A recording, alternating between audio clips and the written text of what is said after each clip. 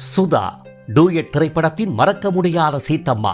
திருச்சி ஸ்ரீரங்கம் மண்ணில் தமிழ் புதல்வியாக வசதிமிக்க குடும்பத்தில் பிறந்து தந்தையின் மரணத்தால் பொருளாதார வீழ்ச்சி, இதனால் கலைத்துறை பயணம் என ஆரம்பித்து சினிமா உலகில் கால் பதித்தும் ஹீரோயின் அந்தஸ்தை எட்ட முடியாமல் குணச்சித்திர நாயகியாக வலம் வந்து தெலுங்கு திரை உலகம் வழங்கிய அம்மா கதாபாத்திர முன்னணி கலைஞர் என்ற உயரிய அந்தஸ்தில் துளிகூட வழங்காமல் தமிழ் திரை உலகம் புறக்கணித்த பாரபட்சம்.